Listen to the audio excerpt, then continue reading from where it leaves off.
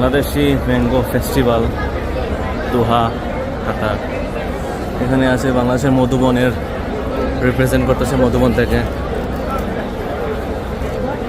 Already most of stall খালি হয়ে গেছে কারণ কালকে লাস্ট দিন। ইতিমধ্যে সবগুলা স্টলই একদম এমটি হয়ে গেছে, কোনো প্রকার কোনো আম নেই। যেটা শুনেছি 50 টন আম নিয়ে এই ইভেন্টটি শুরু করা হয়েছিল।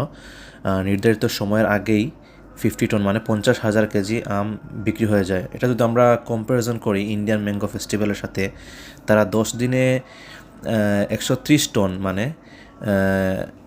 1,30,000 কেজি আম এরা মানে বিক্রি করেছে 10 দিনে। এই জায়গায় আমরা বাংলাদেশের আমের অনেক চাহিদা, এই জন্য একদিন আগেই জিনিসটা এরা ফেস্টিভ্যালটা মানে ক্লোজ করে দিয়েছে, কারণ 50 অলরেডি স্টক আউট হয়ে গেছে।